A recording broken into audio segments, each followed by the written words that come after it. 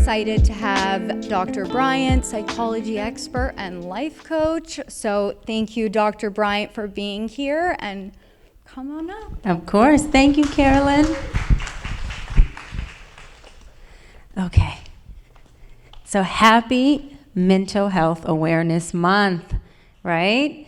Can we just give a big round of, I almost slipped, guys. You almost seen me be very vulnerable in front of you. It wouldn't be the first, right, if you came to some of the wellness workshops, but let's give a big round of applause when I say three, on a count of three, for Mental Health Awareness Month, because if we don't have a mental health illness or diagnosis, we know someone who does. If we don't have a mental health diagnosis, everyone has experienced a symptom of one, which we're going to talk about the difference between having a diagnosis and just having a symptom. But the reason why we're going to applaud is because anyone who experiences a bad day, an impairment, anyone who experiences a breakup, a hardship, and has gotten through that, has thought a better thought, has called someone to talk to, has spoken empowerment or words of positivity in someone's life because they were going through it, has contributed to mental health in some way. And so I want to applaud all of us for Mental Health Awareness Month, for being a part of our own mental healthiness and someone else's, because we've all been there and we've all done it. So on a count of three, we're going to applaud with all of the proudness and all the love and the understanding and compassion that we have and we want to give each other. Can we do that?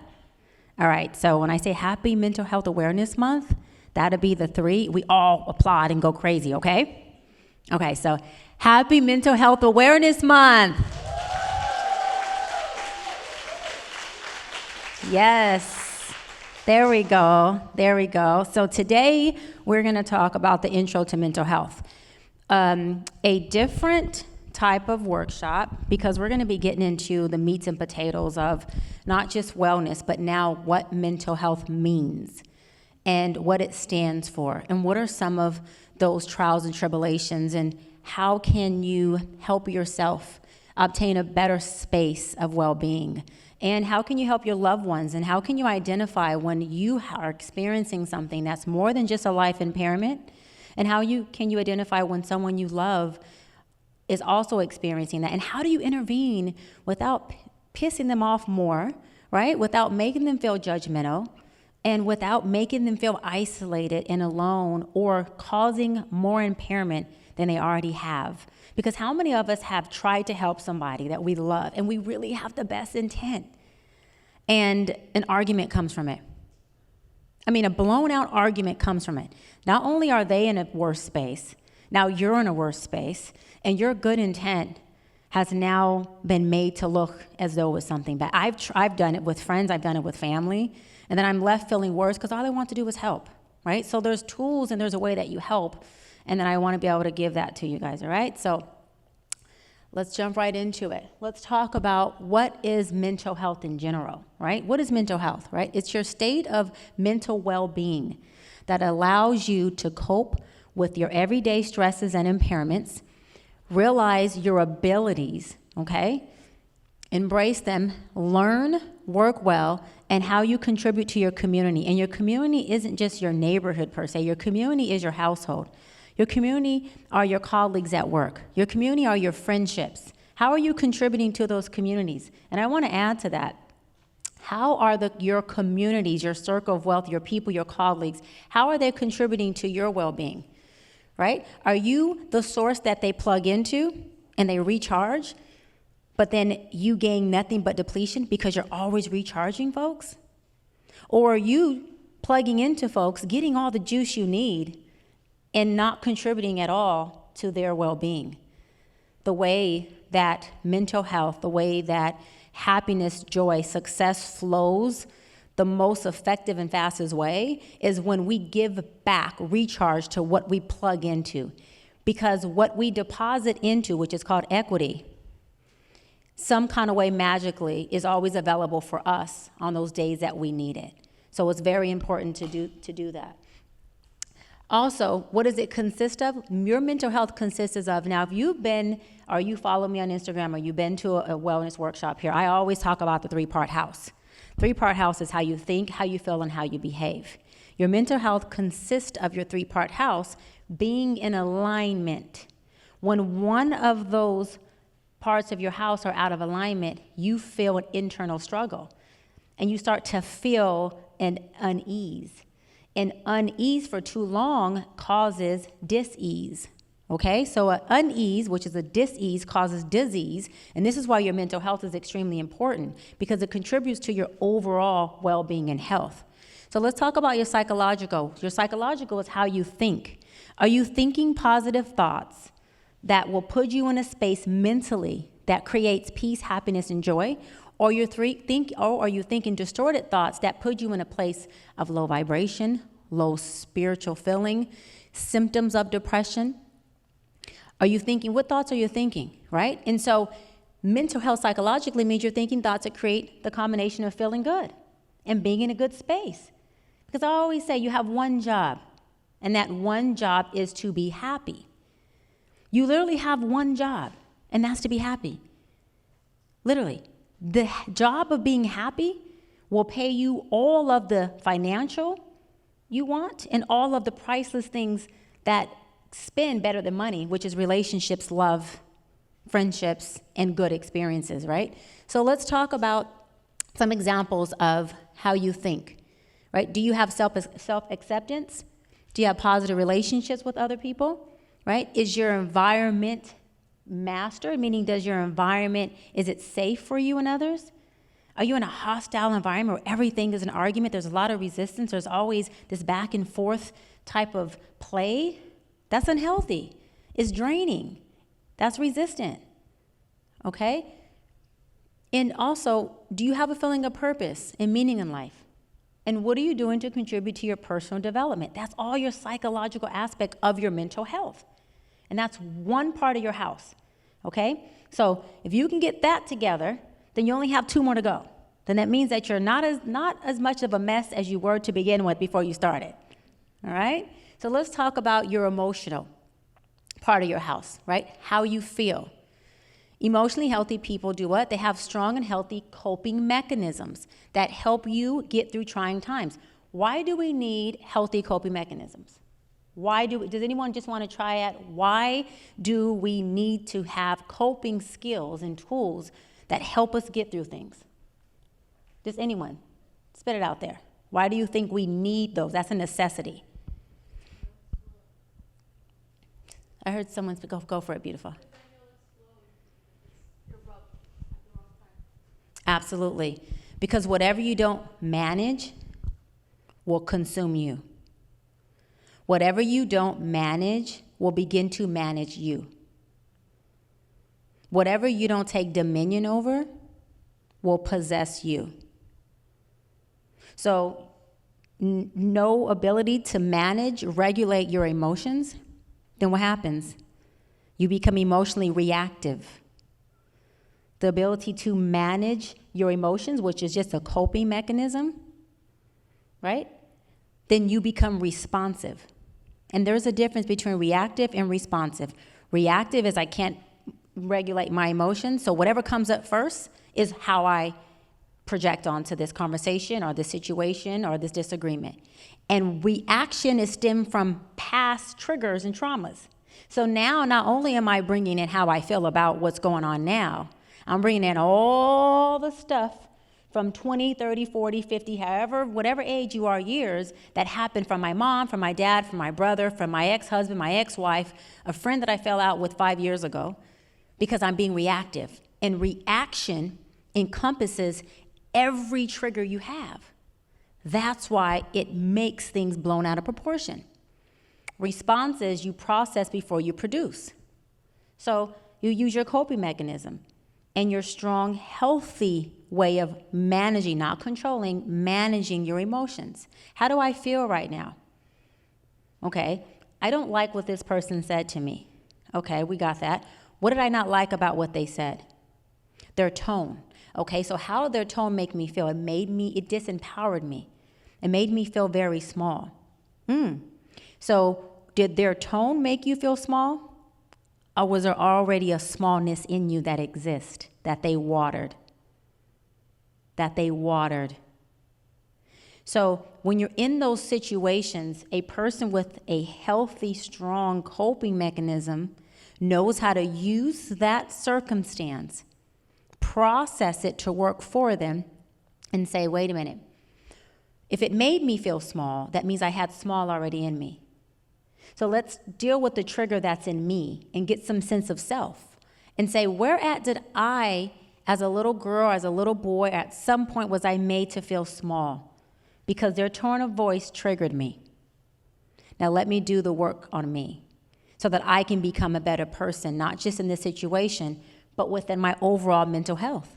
Because if you don't fix that trigger, what happens? You walk around to every other conversation and relationship just triggered. Because you didn't use your coping mechanism, which is getting in contact with what emotion am I feeling and how can I make this emotion healthy while I'm feeling it. Because feeling is not the problem. You want to feel, because not feeling is a very unhuman space, right? And being unhuman is robotic, and you can't connect like that.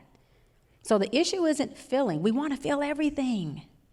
We got to be able to manage our feelings once we get in contact with them, which is called awareness, and then we process them to see, what do I want to produce with what I'm feeling?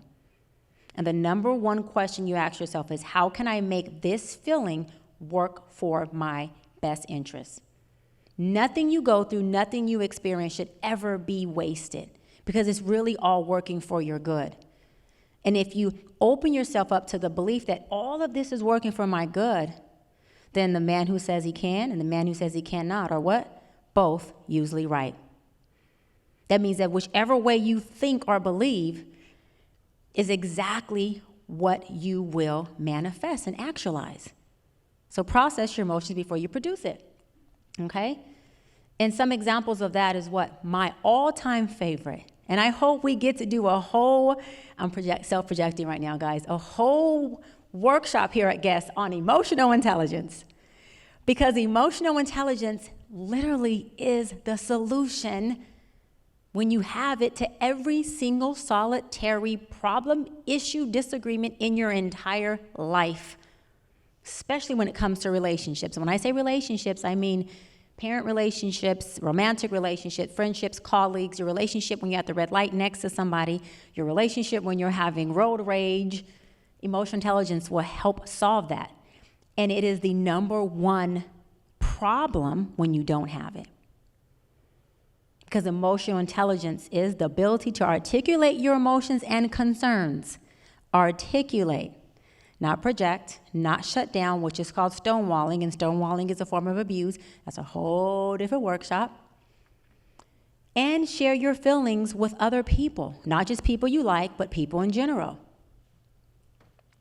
Knowing when to say no without feeling guilty, without being a people pleaser, and being okay with implementing self-love and boundaries that say, no, because this isn't healthy for me.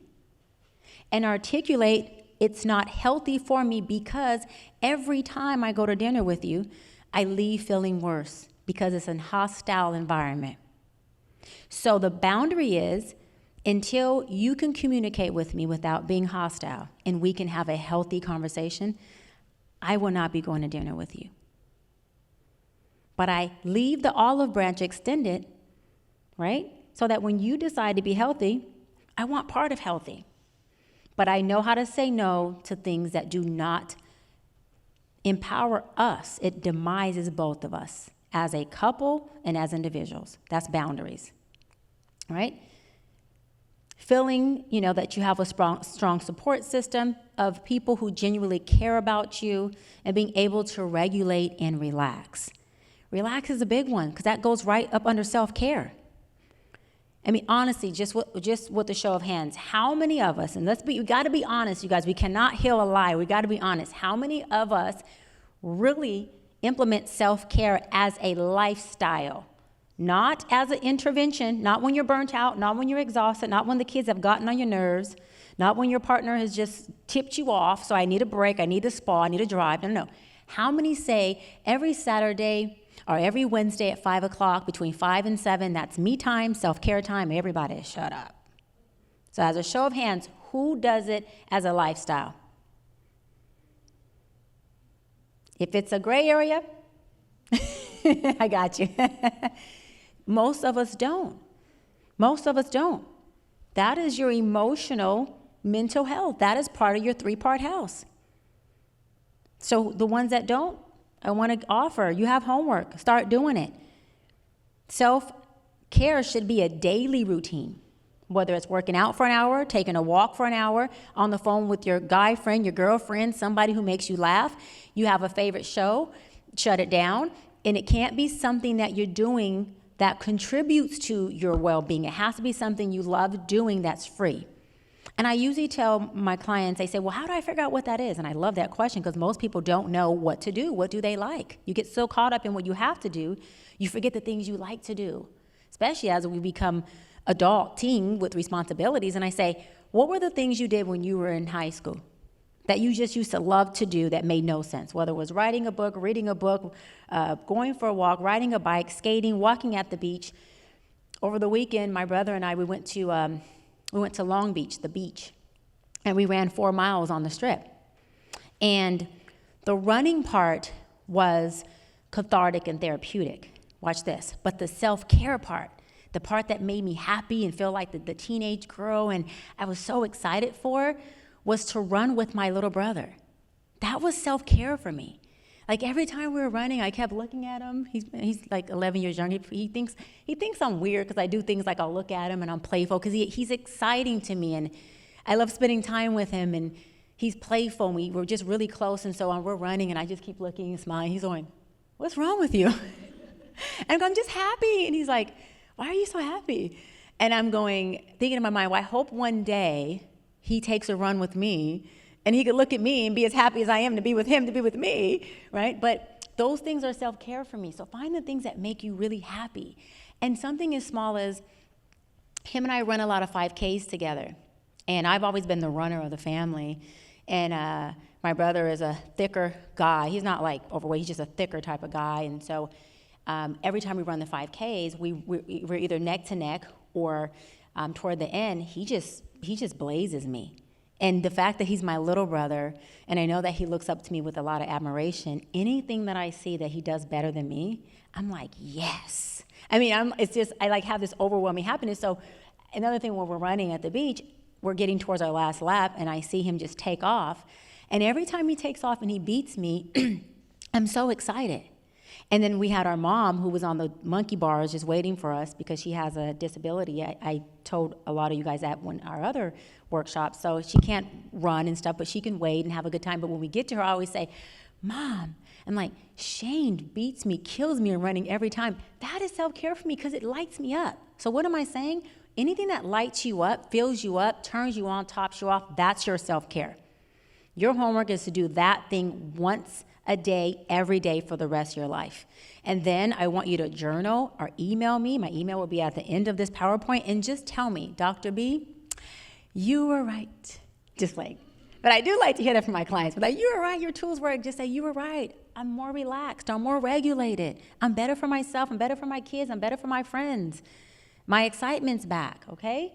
So emotional. Let's get to the social well-being. This is your third part of your house. It's how you behave. How you behave. Now, a lot of times you'll have how you think and how you feel in alignment, okay? And then passive-aggressive comes in. That's another clinical term, a mental health term, because how you behave is out of alignment with how you think and how you feel.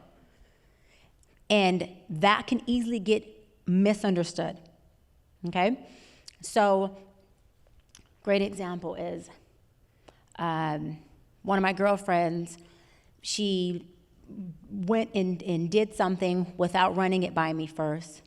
And I'm going to be honest, you guys, listen, I run a really tight ship. I am like Queen, I'm like Dr. Bryant, but I'm really Dr. Boundary, because I am big on boundaries. And I'm big on boundaries because I was a little girl who was exposed to a lot of trauma. And so when I didn't know boundaries, I just know reaction, right? And triggers. And as I started to do my healing, I was able to replace my dysfunctional ways of dealing with trauma and my triggers with boundaries. And they are and have become my best friends, because boundaries keep my space safe. They keep me and my friends and my loved ones in a really good space of cohesiveness and conduciveness and peace. And so, long story short, how you behave, how the passive aggressive. And my girlfriend did something without running it by me first. And so and I'm a big communicator, and I said, hey, I called her, I said, hey, that wasn't okay with me. I didn't like it. It wasn't cool. And she starts to explain what her intention. Let me tell you where your intentions lie. Your intentions lie on how you think and how you feel, not in how you behave. May be challenging to understand that, but your intentions are in your first two parts of your house. Watch this.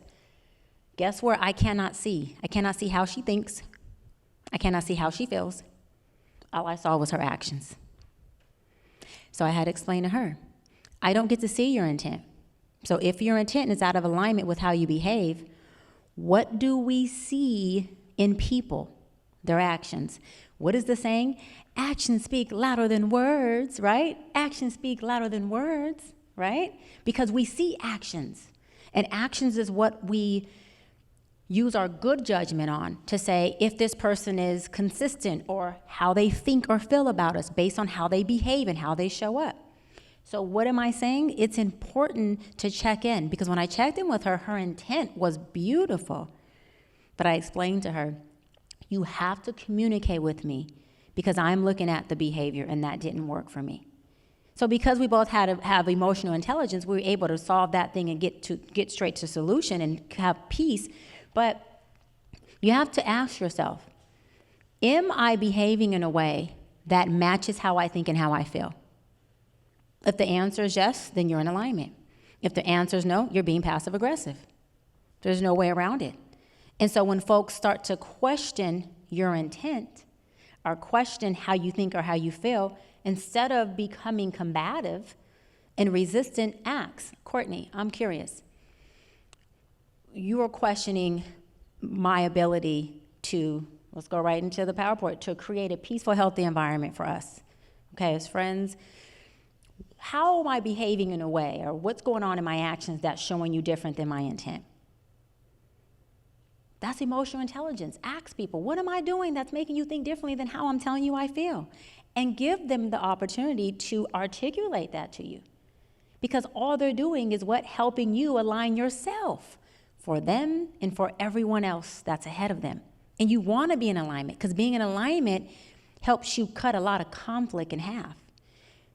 And you do less explaining because people know exactly who and what they're dealing with. And it makes it so much easier, and it makes for a very transparent relationships, okay?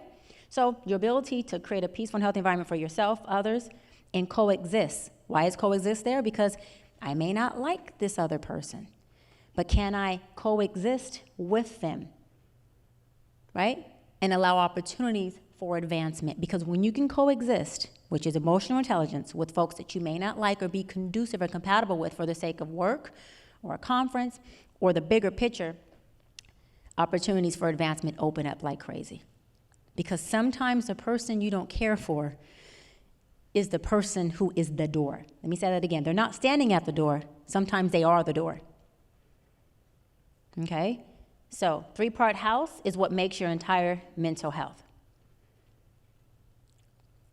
What types of mental health disorders are there? I'm going to talk about 4 types of mental health disorders. Right? So a mood disorder, anxiety, personality, and psychotic. Mood disorder is what? Serious mental health illness. And it affects your entire emotional state. So your emotional house of your 3-part house is entirely affected. So you cannot align with your thoughts, and you cannot align with your behavior. So you are completely disoriented. Completely disoriented. I feel horrible, but I'm thinking different thoughts. I feel good, but I'm behaving in ways that don't actualize that. A total disconnect, strong internal struggle. That's why it's serious. And I want to talk about depression is the most diagnosed mood disorder in all people, especially, and I talk about a few things because mental health professionals don't talk about certain demographics enough. They don't talk about the geriatric, meaning the elderly, enough. And when I say elderly, that does not mean 80. That can be just 50 and above, 60. They don't talk about how they are the ones diagnosed with depression the most. The most. The most. We don't talk about that, though. Okay? They don't talk about certain race of people that are now experiencing depression and suicide the most. That race of people happen to be African Americans. The Black community is experiencing suicide at the highest rate ever now. And folks of 50 and up are now experiencing depression and being diagnosed more than any age and race of people. And guess what? More effective in who? Women. Now I'm going to go there for a second. This is all off of statistics and studies that have been done. Now, do I believe it's more prominent in women? Kind of. The only reason why I say that's one study that I kind of batter with is because women tend to be more boisterous with their needs. Women tend to be the ones that would take more of the studies and the tests so that we can get results for studies. Women tend to go to therapy more. Mental health is a female-dominant field. We need more male practitioners in our field, okay? So that means that most men, even in abusive relationships, do not report that they're being abused, emotionally or physically, because it's not manly based on dogma and societal constructs to say I'm being abused. But it's strong, it's healthy, it's accepted, and it should be done. Because abuse is wrong no matter who it's projected on. And so what am I saying is that, yes, I believe that both men and women are highly affected. Majority of my clients are male. Majority of my clients are male. And their diagnosis is depression. Even when couples come to me, the women will either, be ready to end services because she feels better quicker, and guess who still wants to come? Men. What I found to the men in this room, and just like y'all in this room, men, you're outnumbered in this room. It's majority women. Politics don't do a lot of legislation for you. We're not going to go there. We're going to stick to this. I'm just saying that. And the mental health industry doesn't do a lot of diagnosing and studies for you. As much as we think it's a man's world, huh? Well, it's looking like. But I want to say this to men. I found that you all have to be in a safe, conducive environment for you to really have a voice that says, I don't feel good, this is not working for me, and I need help. Men die 10 years younger than women. And it's not because women are diagnosed with depression more. It's because men ain't getting the help that they need. And when you get the help that you need, you live longer because you're healthier. So to the men in the room, your homework, and I'm not going to negotiate this homework with you, so don't try to negotiate with me, okay, is to do a self-inventory of your three-part house. If you find one thing off, and you will, because we all do. I've been doing this 17 years, and I do this work every day on myself, and I still find things wrong every day. This morning, I did as well, because no one's perfect. One thing wrong, that you will begin to seek help, even if you have to do it anonymously. They have therapy that's telephonic. I have clients that I've never seen their face. I don't even know if their name is the right name, but it doesn't matter to me. It's telephonic, and I'm there to help them. They've been with me for 2-3 years, and I don't need to see them. I need to help them. And if I can help them, I don't care what they look like. But I know that they're making progress, and they come every week. And they seem to be in a much better space every time I give them tools. And so, men, you got your homework? Can you use your voice and say yes? Yes. Awesome. Okay, got it. Now, some of the examples of mood disorders, just so you have a little bit, okay? Bipolar, you got major depressive, disruptive, deregulation, premenstrual, dysphoric disorder. So all of those are your mood disorders. There's a few more, but I just want to put some of the ones that are mostly frequently diagnosed, depression being the number one, and depression being the number one killer, and depression being the number one disease contributor to your overall health. Those are some of them. And After we get through with this, I do want to hit on labels when it comes to mental health and when it comes to being diagnosed, or maybe I'll hit on that now since it came up for me, because I always tell my clients all the time, I say, listen, I don't bring up the name of your diagnosis, the label of it, and I have schizoaffective, schizophrenia clients, bipolar, all of you just name it, because I'm here to treat your symptoms. I'm not here to treat your disorder. Because if you have bipolar and I'm treating bipolar, then that means that I'm treating that label and I'm not treating the symptoms, because everyone's symptoms look different. So I'm treating your impairments, I'm treating what you tell me you have a concern with, and what I see is an impairment for you in your life, not a bipolar person, because people are not cookie cutter. And you can have symptoms and not be diagnosed with that. Let me say it again. You can have symptoms and not be diagnosed as anything. Just because you have a bad day, you're not depressed. You are allowed a bad day. You're allowed to have a bad day. You're allowed to have a bad moment. Be gentle with yourself. You're not depressed. You're not bipolar because you get upset with your girlfriend or your boyfriend on a Monday morning, and then by Monday night you want to snuggle. No. You might be a little emotional. Might be the time of the month, but you're not bipolar, okay? Bipolar is extreme highs, extreme lows, and sometimes they don't ping pong. Sometimes they do. You can be in extreme highs for months, and you can go into an episode. An episode can last from days to weeks. I just had a client, and I love him so much. Oh, my God, I love him so much. I've been with him for 5 or 6 years. We've been together, maybe even longer. Since he was a teenage boy, now he's in his late 20s. But the point is, he has a diagnosis of bipolar schizoaffective, and he's on like 7 medications. Long story short, this is the longest episode I've ever seen him have. He's been having an episode for almost 2 months. Almost 2 months. We have not been able to regulate him. I'm talking about me. We have a team. Me working with the psychiatrist. We have shift medications, change medications. And the psychiatrist gave him a certain medication, a psychotic medication, at the highest dosage. And she called him, she goes, Dr. Bryant, we just administered him this medication at the highest dosage, that if any other human being took this, they would be knocked out flat. This boy is in here with energy on 200. That's how unregulated he was. That's how intense his episode was. And he was on the phone with me, not crying like this. I'm talking about like that heavy. And so in those moments, all we can do is, if it's that intense, medicate, try to regulate. And this is for the folks who have loved ones that you're attempting to understand this with. Do a whole lot of loving understanding, and no poking and no personalizing what they're projecting onto you in their episode or in their moment, because you can regulate you if you're not in that episode. They cannot regulate their emotions. When I say cannot, it's impossible in that moment.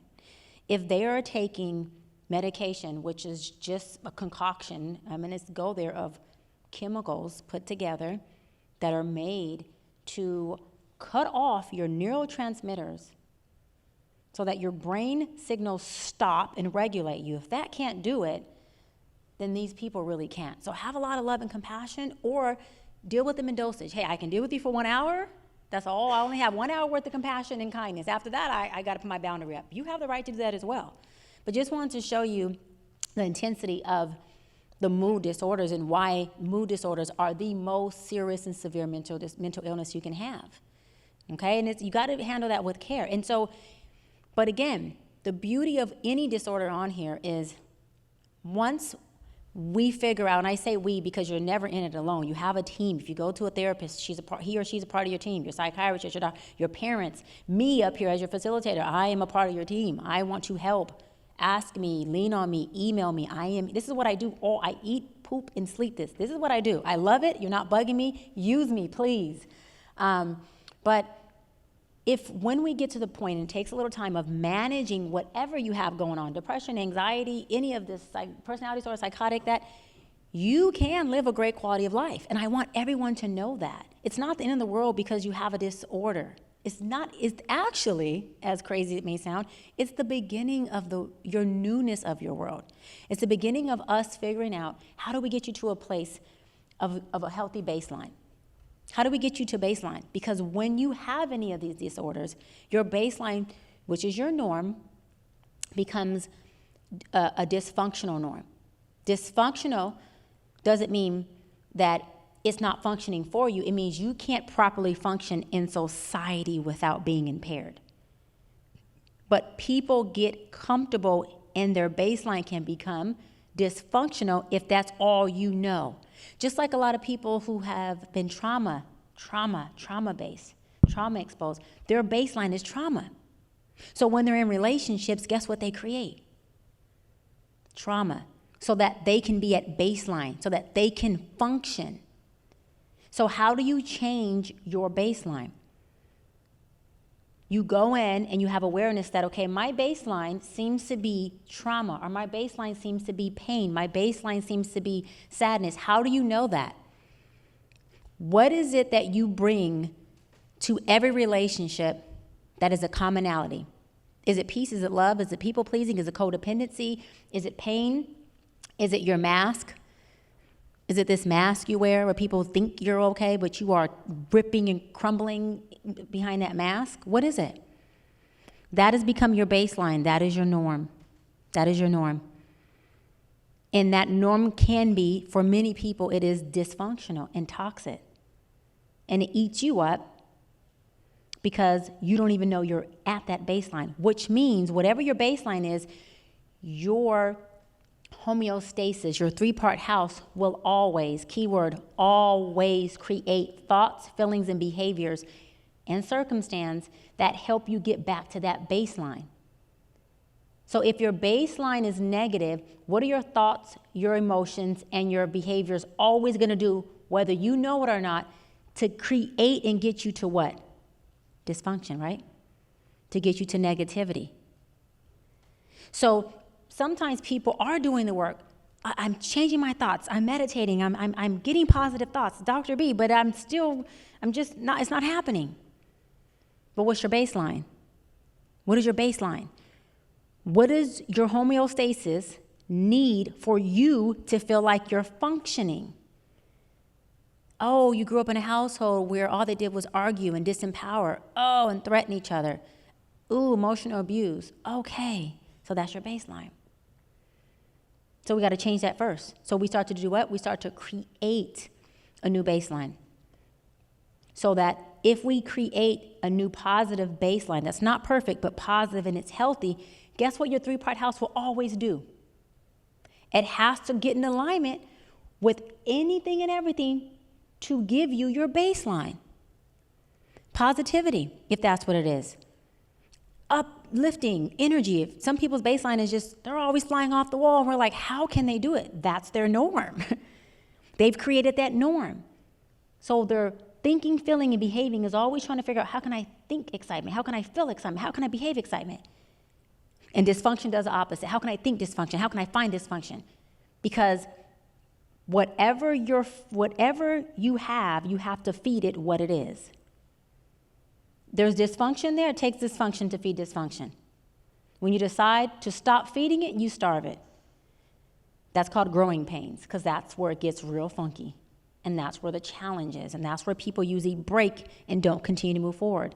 Because that piece in the healing journey is ripping you away from everything you knew, your baseline, your dysfunction, your trauma, and helping you create someone you do not know, which is you. And that's how you gain a new sense of self. And then the maintenance of you staying into your new norm and not getting caught up and falling back into your old baseline is work. And it's called maintenance. And that's where a professional gives you tools. And that's where you have to have awareness of staying on that. Is it possible? 1,000,000,000%. My clients do it all the time, every day. I've done it from taking my broken pieces and making peace from it. I've taken my trauma response, reactive approach to now having emotional intelligence. And so my baseline is different. My baseline repels hostility. It repels resistance. And boundaries are now my best friend. I won't engage in this conversation if it's negative or if you can't talk to me in a way that I can receive you. And then you let people make their choice and decision, right? So anxiety disorders, a condition where a person has excessive worry and feelings of fear. That doesn't mean if you wake up and you know you have a big presentation to do and you get a little nerves, you're not diagnosed with anxiety disorder. Are you experiencing some anxiety? Yes. But I always want people to understand you can experience these things and not have the disorder. Okay? However, if it's persistent, and it's not just because you have a presentation. It's not just because you're going on a hot date and you've been waiting your whole life for this person, right? So you're so excited, your palms are sweating. If it's excessive, right? And it includes all of the irritability, fatigue, you can't concentrate, not just for that day, but for long term. We're talking about weeks at a time. And you're not able to regulate yourself out of that, then yes, you might want to seek professional help and see if you do have something more. The cool thing is, it's manageable. So don't get caught up in the labels. Don't get caught up in that. It's like you have a headache. Do you freak out? You take Tylenol because you know Tylenol can manage the headache, right? So example, right? Generalized anxiety disorder, specific phobias, social anxiety disorder, separation, and obsessive OCD, obsessive compulsive disorder. So all of that is under anxiety. But again, I love to say and put emphasis on, they're all manageable. You're not stuck in this. Where you're stuck is if you don't go get help. And that's just real. If you don't get help, you are stuck because you don't get the tools and the awareness that you need to get out of this stuff. Okay? And then once you become regulated and it's manageable, do you have to run around and tell people, hi, my name is Dr. Bryant and I have anxiety disorder? No. People are not privy to that if that's not what you want to do. I have clients that sit in session and from the beginning say, I'm tired of being called bipolar. I said, well, then I won't approach you. I will never bring it up. We'll deal with whatever you come into session with. We'll process that. We'll deal with that impairment. And it works because he doesn't feel like a label. He feels like a human, which that's what he is. Personality disorders, right? It's a type of mental disorder in which you have a rigid and unhealthy pattern of thinking. There you go again, your three-part house, functioning, your emotions, and behaving, right? A person with this disorder has trouble perceiving and relating to situations and people, okay? This is where everyone loves this word. It's such a societal, social media word, narcissism. This is where narcissism fits, right here under personality disorder and borderline, okay? And again, obsessive OCD again, is within the personality disorders as well. And so what does a personality disorder mean? What it means is, this is where people get a little shaky, so I'm going to say it, and then we'll unpack it a little bit. Mood disorder, anxiety disorder, psychotic disorders, they're all disorders that have what is called an onset in the clinical world. Onset means, when did it come on? When did you become depressed? Oh, at the age of 17, my parent passed away. Okay, when did you become depressed? Oh, when, my high school sweetheart cheated on me. We don't want to project that onto you, but right? There's an onset of that, right? When did anxiety start? Oh, when I had my first child, I became just anxious and stressed out over everything. When she was a newborn, I just thought anything I did could hurt her. She can die, anything can happen. But personality disorders are personality, person that you are.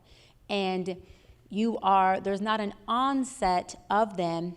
You are born with them, but the personality or the characteristics of them start to show up as you experience situations, people, and relationships, right? And are they manageable? 100%.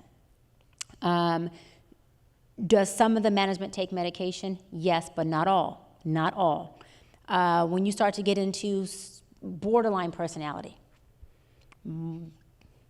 I have yet to meet a person that experiences borderline who's not medicated.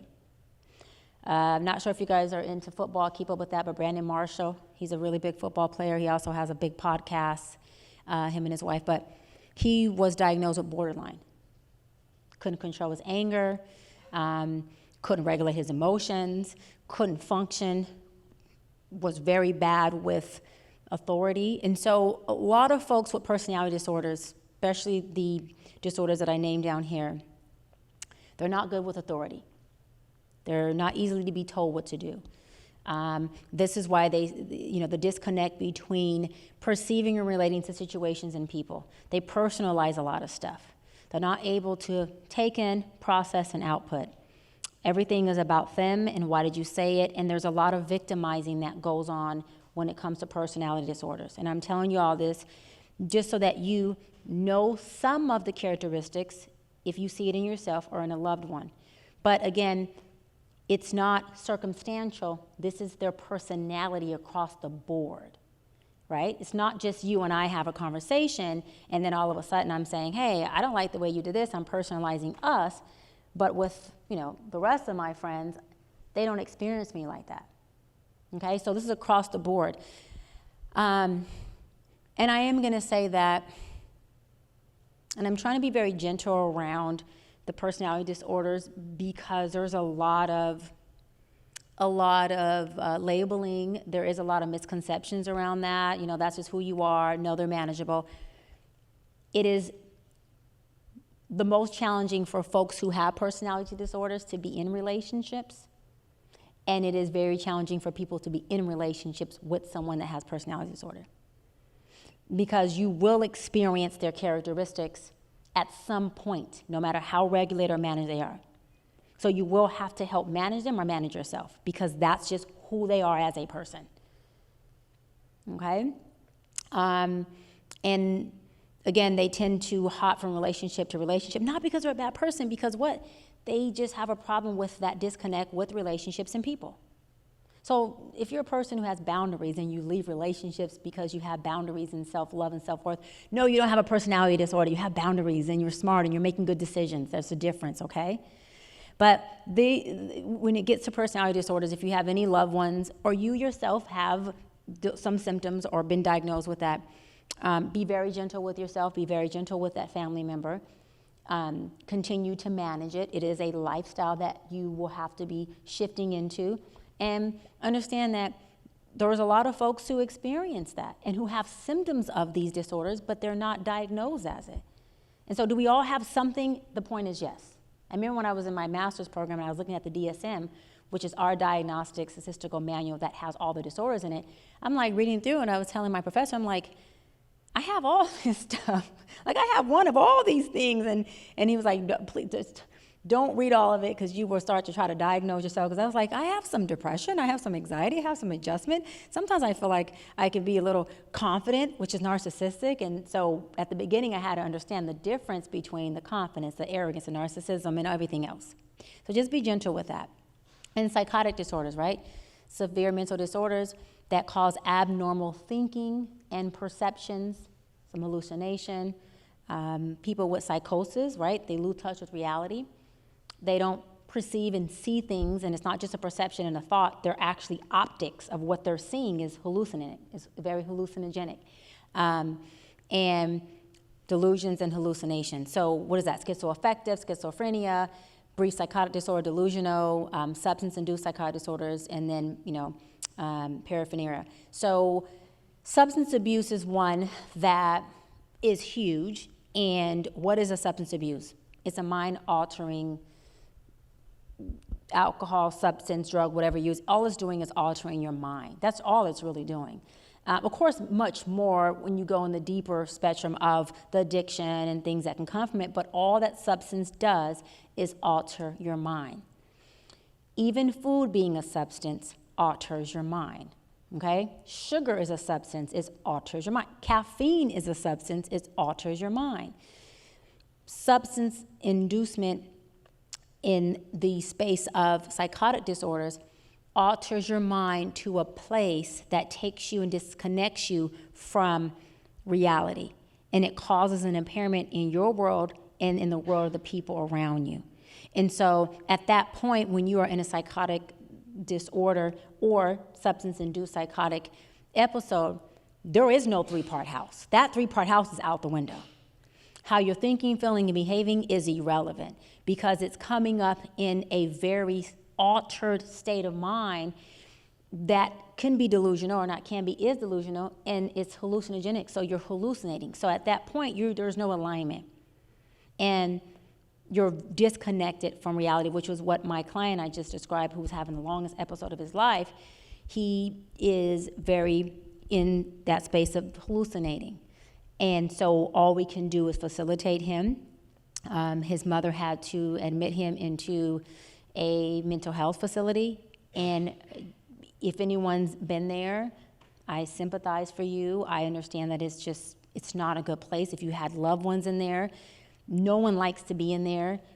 They give so much help in there, though, but no one likes to be in there. That is the last line of defense when we need folks to be really regulated, and they can't. So he wanted out, and he wanted me to advocate for him to come out. And I was the only person being,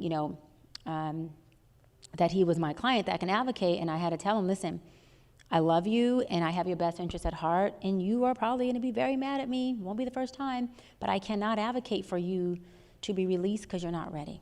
I said, but listen, if you can regulate your emotions, and I will help you, then I promise you I will advocate for you to be released. And I said, you have the tools, you know how to do it, let's start regulating. And it really helped him begin to regulate. Hey, what's going on? It really helped him to begin to regulate, and it empowered him. So what am I saying? That even when they're hallucinating or they're being delusional, your job is not to lie or falsify things for them, because that'll break and destroy your trust with these people. And you want to keep an environment safe. That means you have to have trust in that environment. And so although I knew he would probably be very mad, and he was, I had to be honest with him and say, I won't advocate for that, but I will help you get there. So I empowered him. So you have a loved one, you have kids, you have parents, yourself who is experiencing any of this, be honest. If you can't make the visitation, say you can't. If you can't show up in ways, say you don't know. Because they're used to feeling as though they are isolated, no one gets them, no one understands them, and they don't have a safe space. Okay, and so our job is to create that. So these are our 4 mental health disorders. And then we're going to talk about signs and effects of unhealthy mental health. Look on time? Okay, we'll break here. Is that cool? Okay, so we'll break here and come back to that. All right? All righty, so let's jump into the signs and effects of unhealthy mental health. Okay? So remember, these signs do not mean that you have a disorder. This is just saying that somewhere in your 3-part house you're off. Right? Your mental health consists of your 3-part house. And so you are allowed to have off days. You're not going to be perfect, but these are check-in tools for you, right? So am I being anxious and irritable for no reason? Okay, I'm just waking up, I'm anxious, I'm irritable, and am I having a low mood and nothing has shifted? I got to dinner, with a group of buddies, and now all of a sudden I haven't even had a glass of wine. I haven't done anything. All of a sudden my mood has shifted to being low. Do you find it difficult to concentrate or remember things? That means that your mental health is off. When we go into an anxious space, it attacks our nervous system. When your nervous system is attacked, you are not balanced, you're out of whack. Your nervous system then affects you neurologically. And so everything is off. You can't think and you can't remember things. You don't have dementia. You don't have amnesia. You could just be in a state of anxiousness. Now, you can be nervous and not anxious and have some of the similar symptoms. You're extremely nervous. You got a big interview. Things are going well. You got this huge interview for a promotion here at Guest, and this is the position you've always wanted. And you're just nervous. And so your palms are sweating. You're like, I forgot the questions that they were going to ask me. And now I'm getting ready to enter this interview. And I feel like I can't concentrate. What do? You do breathing relaxation techniques. You tell the interviewer, hey, I go to the bathroom. Can you just give me 5 minutes?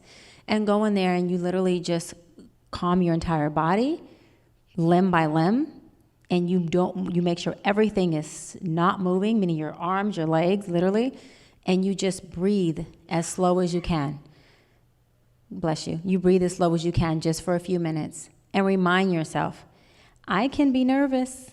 It's okay. I'm allowed to be nervous. When I first started to speak, and I think I was doing a radio or podcast interview or something, and they were like at like a million or something viewers, and that was way more than I've ever been used to years ago. I was like, I'm used to like doing things with maybe like 400 viewers, or they're new, and I start to see the viewership going up from like 20,000, 100,000, 200,000. And as the numbers were going up, my anxiety was going up. I was like, oh my God. And then all of a sudden I became super hyper focused on my awareness of myself, on what I look like, what I talk like, what's going to go on. And unfortunately, I am a coffee drinker every morning, but unfortunately, I learned that day that before I do big interviews, before I even go on set, before I present, there's no coffee for me in the morning at all, right? Right? You can relate? No coffee for me, because it puts me in overdrive and my anxiety is through the roof. And so I literally stopped in the middle of the interview and I said, listen, I had a lot of coffee this morning and my nerves are going crazy. And so I'm talking fast. I was like, I'm, mumbling over words. And I just have to say, and when I said that, the viewers, they were in the live talk and they were just like, oh, she's so authentic. She's so real. We love her. And I was like, oh, okay, I created a safe space for myself. But I'm saying that to say, be very okay and gentle and accepting about how you're feeling and what you're going through. Because although other people may be perfect, everyone is perfect except you, right? They've never been nervous. They've never experienced any of that. And so if you walk in and say, hey, I'm a little nervous, because I really want this job, I really want to impress you, that will only give them a great impression of your authenticity, of how human you are, and you become relatable to that person. And remember, relationships are the real wealth. And so you want any position, you want any door to open, you build a relationship and you nurture it.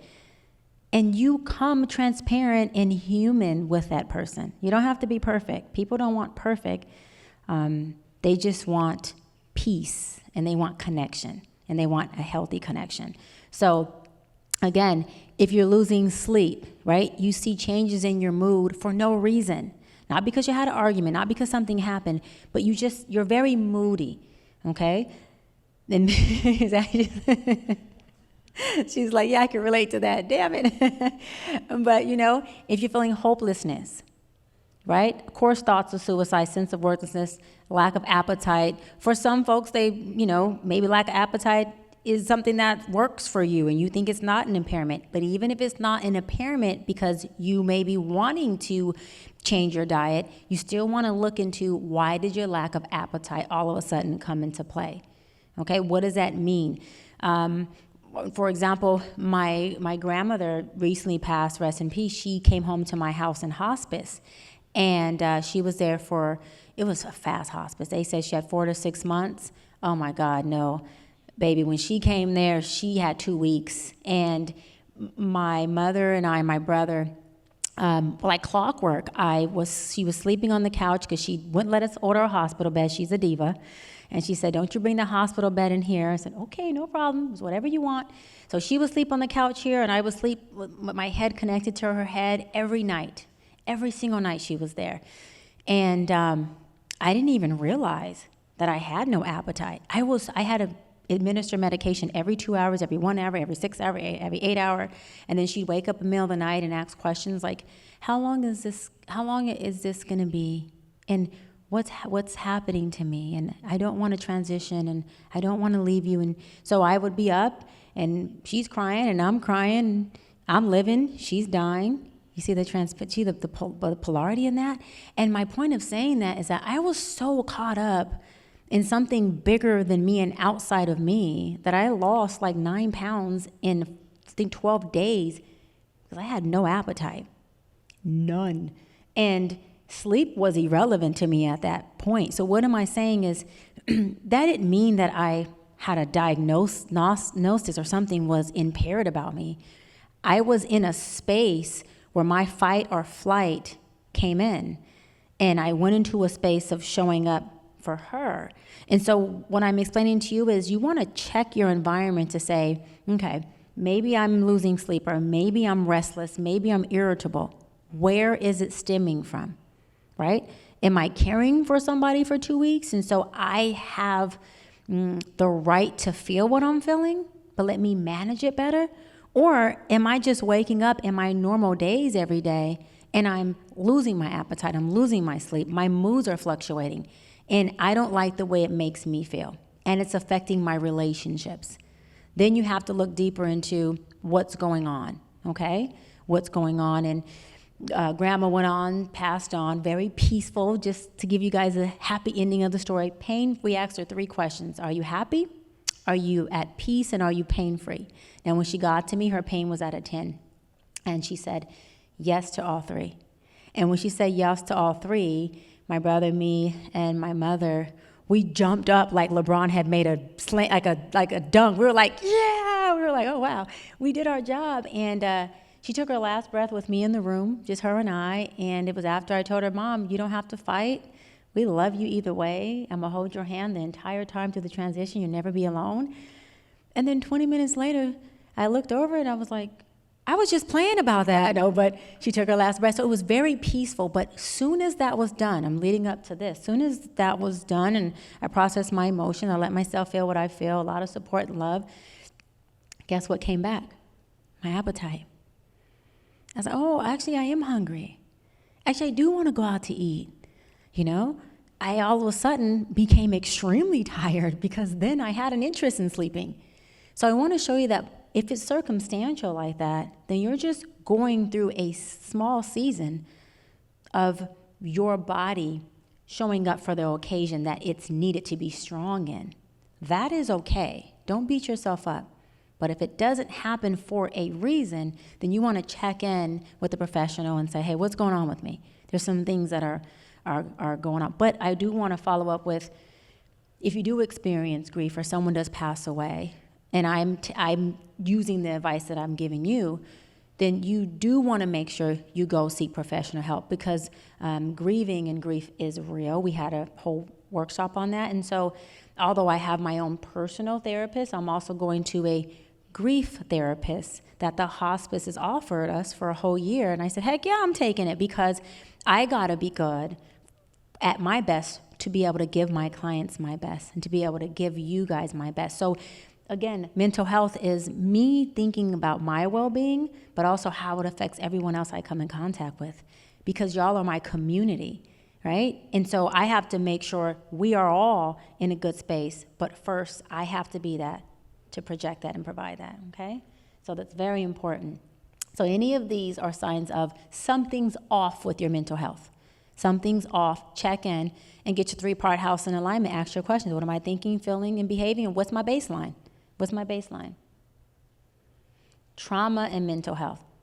So trauma is the main nucleus for almost all mental health disorders, except some of the personality disorders. Because remember, that's like just within the personality of what you are. But as far as mood disorders, psychotic, a lot of that is just trauma-based. Even if it's trauma from substance inducement, meaning the substance has caused a chemical imbalance, so it caused a trauma in your brain, which is the chemical that's in your brain, to be altered, and then now you have a psychotic disorder because of the drug inducement of your chemical imbalance. Alcohol does the same thing. Alcohol can cause a chemical imbalance, and you will then either have a short-term or a long-term psychotic disorder based on substance inducement. So substance is a very tricky one because it is the onset for many of mental health disorders. So trauma, mental health, right? Ignoring or not treating your mental health issues does what? It increases the trauma you already have, and it increases the pain pockets you already have, right? It makes it difficulty for you to focus. It creates learning disabilities at all ages, low self-esteem, impaired social skills, and sleep disturbances, okay? And what is trauma? It's the lasting emotional response from something that has already happened in the past that results from living through a distressing event over and over again, even when it's no longer happening. Trauma is you're experiencing trauma in one of your three-part houses when it's no longer happening. When it's no longer happening, okay? So 3 types of trauma: acute, chronic, and complex. Acute is from what? One thing happened. One thing happened. I had an accident. I've been traumatized since that, and I don't want to drive. One incident happened, one. Chronic is what? Repeated and prolonged domestic violence or abuse. You've been in an abusive relationship for 6 months, for a year, for 5 years. Some people have been in it for 10, 15 years. I know a lot of men who are in abusive relationships, and they stick it through because they're a man, and that's what men do, which is not true. It's unhealthy and not okay for y'all to be abused either on any level. That's chronic, and that means that you will have a prolonged effect of that trauma on you. You may not have a diagnosis, but I've yet to see someone who's being abused not be depressed at some point. Okay, that goes hand in hand. And complex trauma, right, is exposure to a variety of multiple trauma events, invasive, interpersonal nature. That is vets who have gone to Army, that's the PTSD, but that's also people who grew up in a very war zone household where you have neglect, you have abandonment, or you are in the inner city where there is a lot of crime, there is a lot of violence, there is a lot of abuse. Another word for inner city, you grew up in the hood per se, you do experience complex trauma. And you will have long-term repeated trauma mental health symptoms that will vary through different disorders.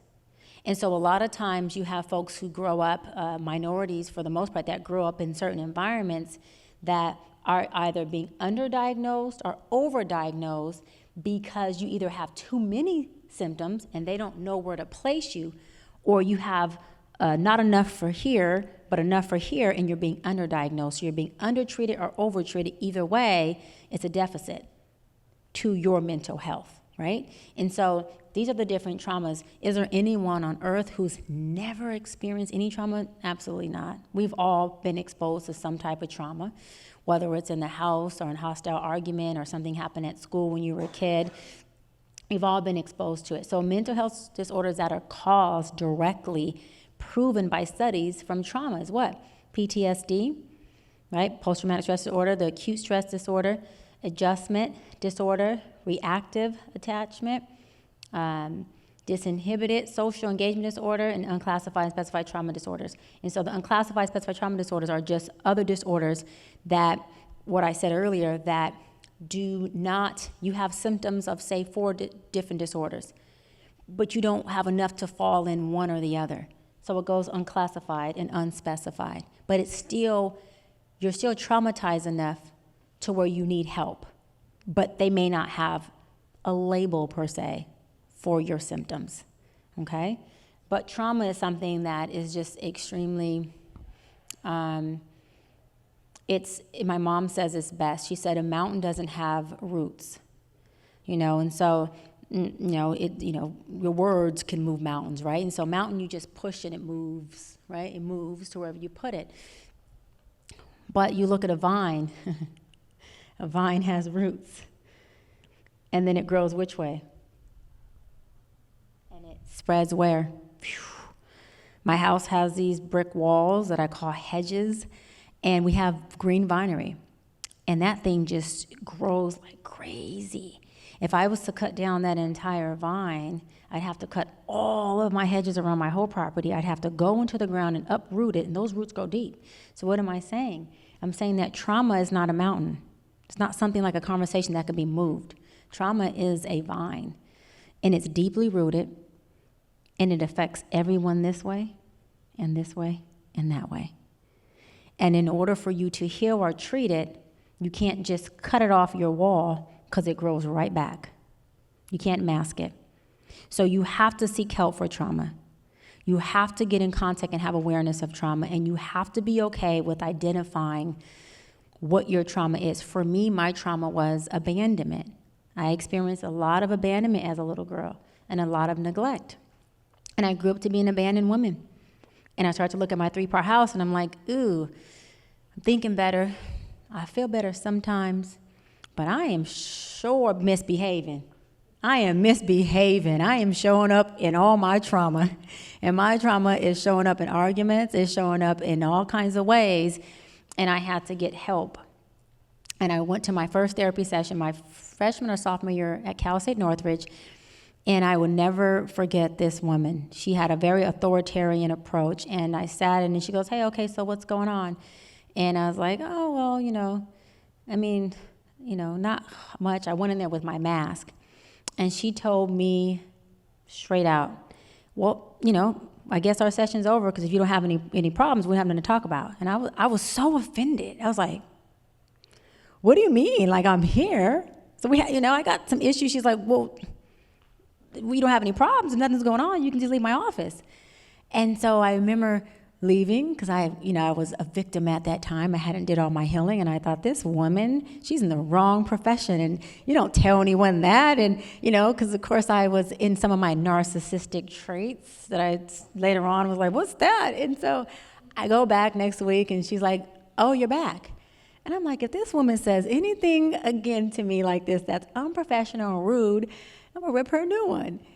And she looks at me, and she's all, so you ready now? You ready to heal? You ready to talk?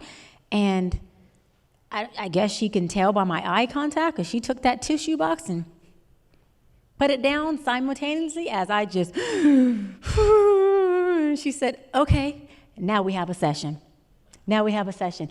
And, I've had many therapists. She is the only one that I never forget, because she professionally, it's called in the clinical world, in our world, mental health, the mental health world, it's called, she appropriately confronted me. So I see you have no problems. All she did was re-speak to me how I was showing up. And I didn't like the representation she's seen in me. But I blamed her. Talking about codependency, huh? I blamed her. You're wrong for seeing that I have no issues, but you came to the office and said you had no problems. So I cried like a baby, and we just unpacked things, and I was like, thank God, and that happened. And when you get a good therapist, a good psychologist, a good life coach, they will know what to say to unravel you. They will know how to probe in a very professional, appropriate way. And you will feel the love behind the poke. And so I copied her, and I appropriately confront my clients all the time. The only difference is I added some Dr. B to it, and I say, listen, I'm gonna poke, but it's with love. And then I de-arm, because I believe in de-arming all my clients to get this little look that goes, okay. And then I go in for the gusto. But I already wrapped them up with love, and I already said, okay, it's gonna hurt a little bit. Are you cool with me doing that? Do I got permission? And they go, yeah. And then I go in for the gusto. And then I get text messages like I just got while I was here that says, you guys are so adorable. My client goes, Dr. B. He's like, Dr. B, he said the word shiznit. Sorry, y'all.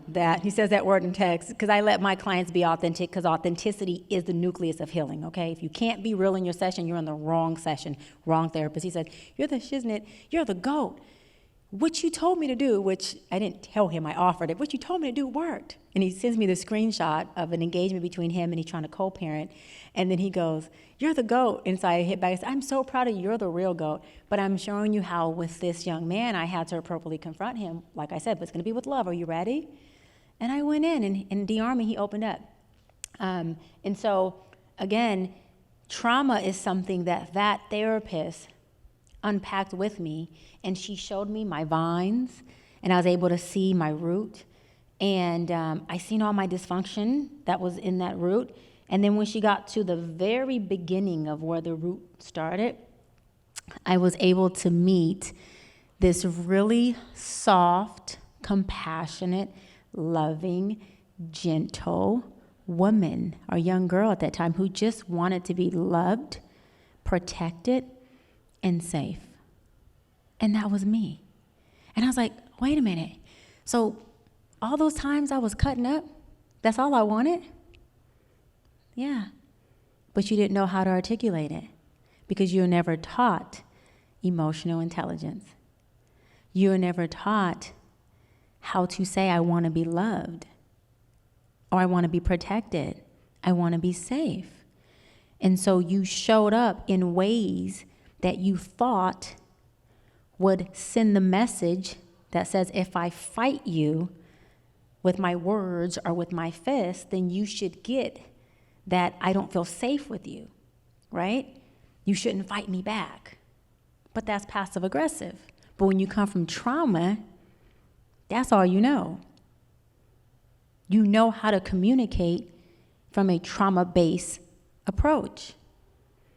And 9 times out of 10, you are in a circle based on law of attraction. You attract who you are despite of who you think you are with other people who are traumatized too. So now you have a brawl and no one's safe. Now you're at war and everybody has bazookies. No one's de-arming. But at the root of all of our vines, we want to be loved, we want to be saved, we want to be cared for. And that's really it, by everyone. And believe it or not, we want to give that to others too, when we learn how to give it to ourselves first. Because we only can give what we have. Just like if 7-Up's in the can, you won't get Coca-Cola. You'll get 7-Up, no matter how much you prophesize over that 7-Up. Unless you pour it out and put Coca-Cola, it's going to taste like 7-Up. Okay? And if it tastes like something else, we may have to go back to the other slide because you might be hallucinating. Okay? So there goes some of those disorders. Okay? The difference between PTSD and CPTSD. Does anyone know? Did anyone know that there was a CPTSD that even exists? Most don't. No? They're both a post-traumatic stress disorder, right? But the CPTSD is much more complex. That's why the C is for complex. And so PTSD is, post-traumatic stress disorder, where your traumas come back and things and people, smells, places, visions, dreams can trigger you as though you're experiencing that exact same trauma like it's happening to you in that moment, but it's not. You get anxiety, you get all these things, you're even going to fight, flight, or freeze. I mean, the most wildest things can happen until you deregulate, okay? Now, the CPTSD, it is not a neurodivergence, and I'll explain what that is. PTSD is a neurodivergence. CPTSD is an acquired neurodivergence, meaning it is situational as to how it can be resolved through treatment. A neurodivergence is something that can be resolved, fully managed through treatment. Fully managed through treatment, okay? So neurodivergent individuals are people who think, learn, and process and behave very different due to, right, medical disorders, mental disorders, learning disabilities, and other conditions. So you have special needs kids, right, who are in a classroom and they have a learning disorder. They have a learning curve. And some is based on ADHD, some is based on, maybe a neuromedical disorder that they have. Maybe they have a disability, a speech impairment, right? Those are all medical disorders that are causing them to not be able to think, learn, or process the way someone who doesn't have those disorders can.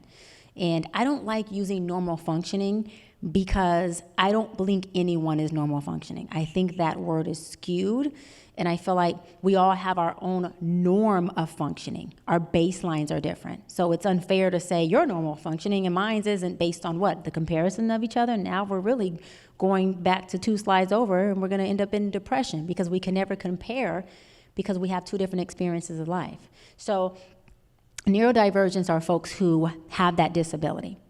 Now, for the people who are able to get to a better place of their disability through treatment, whether that's medication, talk therapy, they are considered neurodivergents. Okay? The folks who cannot, which are some of the CPTSD individuals, they may never return to their neurotypical baseline. So what does that mean? Anyone who cannot return to their baseline neurologically, they are not considered a neurodivergent, right?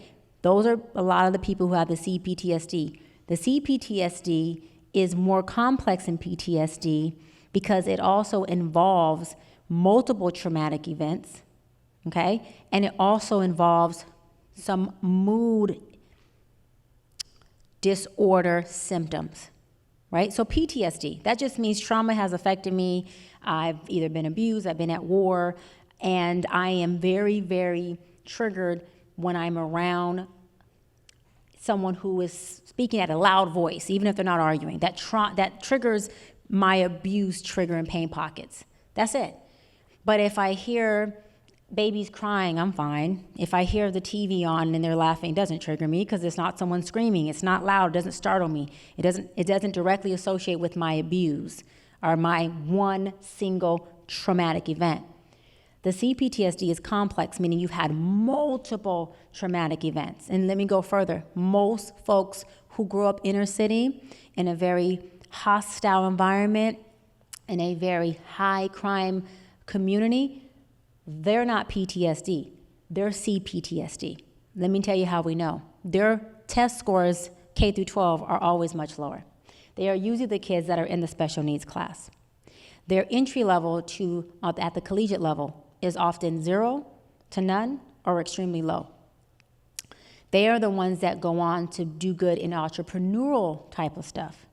They don't always do well in the education academia space because their learning disorder, their learning ability is not able to function or get back to their neurotypical baseline because the trauma has been that intensified to where not only do they have PTSD, they also have mood disorder symptoms. They also have depressive disorder symptoms collectively that don't allow them to focus properly, that don't allow them to respond to authority properly, and don't allow them to work in spaces with groups called team building exercises. And so they are the folks that go on. Bill Gates is a perfect one.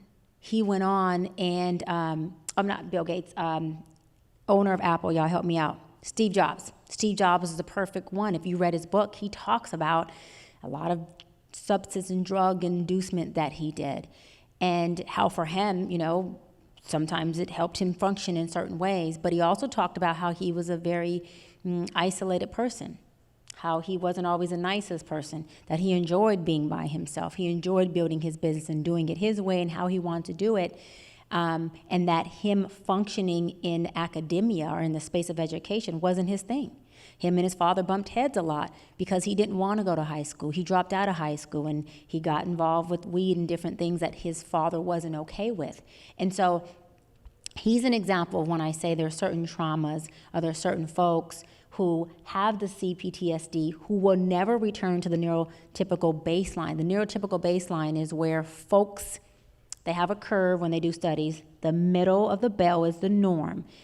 Folks who are at that neurotypical baseline is in the middle of that bell. They're normal, meaning healthy functioning, and that's where you need to be able to resonate and receive education, books, and reading and comprehension, okay? If you're not there, then you're not at the neurotypical baseline. So folks who have CPTSD, acquired, meaning very few, can return to that. That's the difference, and that's why CPTSD isn't diagnosed as much, because I also believe it has a negative connotation to it, where I feel like, how can you really prove that a human being in the entirety of the span of their life can never return to a neurotypical baseline? I mean, they can never have what it takes to really intake information? Anything can happen, right? And so those are different between the PTSD and the CPTSD. PTSD, to make it more clear and clean, is one single traumatic event happens.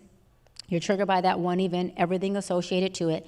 The CPTSD is a lot of events have happened, many of them, and so almost everything is triggering to you to the point where you can't even function or think and focus enough to be able to be receptive to learning, to people, to relationships, to things. And this is the kicker.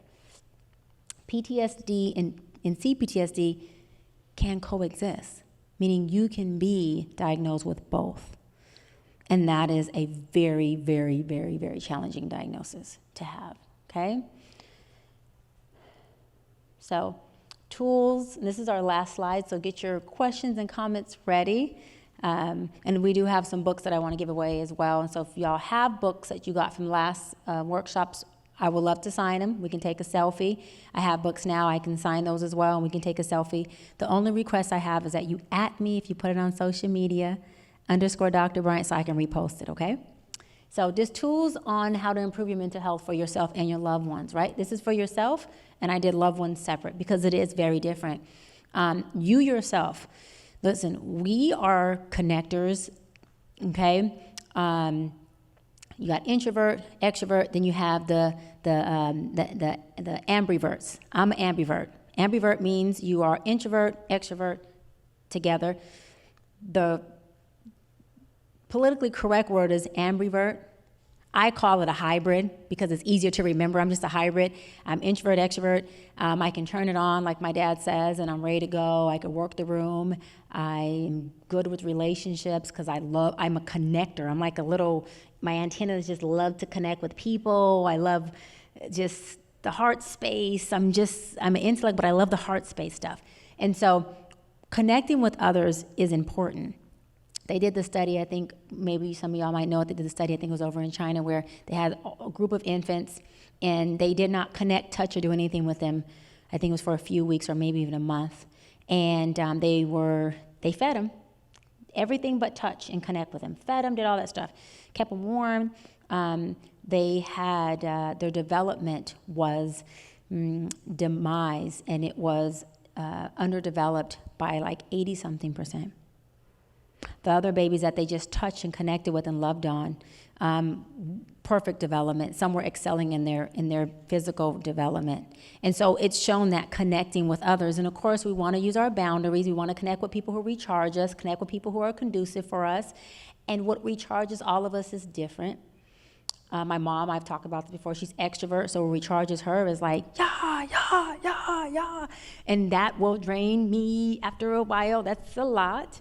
And for me, I am the hybrid, and so what recharges me is like positivity, a smile, some excitement, but you can't be over the wall for too long because then I'm like, okay, this is a lot for me, right? I need my coffee or I need to relax. So find out what does it for you.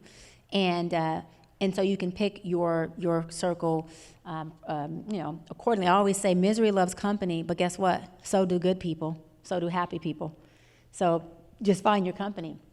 Stay positive, of course. What does that mean? Check in with your 3-part house. Are you thinking positive thoughts? If not, think them. Are you feeling positive things? If not, think what you have to think to feel what you need to feel. Are you behaving positively? Check your behavior. Checkmate yourself, okay? Help others. The quickest way to wealth, and when I say wealth, I'm not just talking about money. I mean wealth like your circle of wealth. Your quality of life is really what your wealth is. The quickest way to wealth is, guess what? Through service. Period. Quickest way to wealth is through service. Serve somebody. You want to have a good quality of life? Because wealth for me is a good quality of life, whatever that means. Be of service to somebody. It doesn't have to be a nonprofit. Your neighbor, person at the store. I seen a lady walking across the street at a red light, and she was on her walker, and it was a long street, and She stepped off, it was already turning orange. And I was like, oh, Lord. So I parked my car, I get out, I'm helping her across the way, and I'm telling everybody, wait, we're in downtown LA over here on Figueroa and 7. I'm like, oh my God, everyone's gonna get killed, me and this lady, but I wanna help her. So I get her across, and she's all, oh, God bless you. I was like, thank you, it's okay, I just wanted to help you. Anyways, but help anyone, somebody, right? And that's also the quickest way for you to receive help. Sleep is so important. That goes right under self-care. Be okay with taking a nap. Be okay with shutting your door, turning your phone off, and reserve your me time. Be okay if you need to go stay the weekend at your mom's or your friends or your own space, wherever you can go if you can, and just relax, R&R. You deserve it. You need it, and it will change your life literally. Create joy and satisfaction. Why do you have to create it? Because until it becomes your baseline, this is where I love the magic. When it becomes your baseline, your 3-part house does what? It works overtime to create whatever your baseline is. So I've created positivity and all this good stuff as my baseline. So it works for me now to just bring in all this good stuff. But before that, I had to create it through circumstance, through people, through thinking and feeling and being in the right place. That's how you create it until it becomes your baseline, your norm, and then your 3-part house only knows your norm, and it will do everything it can to bring you baseline. As crazy as this may sound, for some people, they are so broke that all they have is money. Hold on, watch this though. But they've made their baseline what? Money. This right here is law of attraction 101. They made their baseline money, their calibration, okay, their vortex money. So what do you think their 3-part house fights to do all day, every day? Think, feel, and set up situations, which are probably deals, of course, to bring in the baseline money. It's whatever you want it to be. This stuff is real. Whatever you want it to be, get your baseline where you want it to be, and everything will fall into place with that, okay? Eat well, take care of your spirit. Take care of your spirit is meditation. I meditate every day for 20 minutes, no matter what. And the saying is, if you don't have 20 minutes to meditate, then you need to meditate for an hour. Because what's that telling you? It's telling you is that meditation gives you time.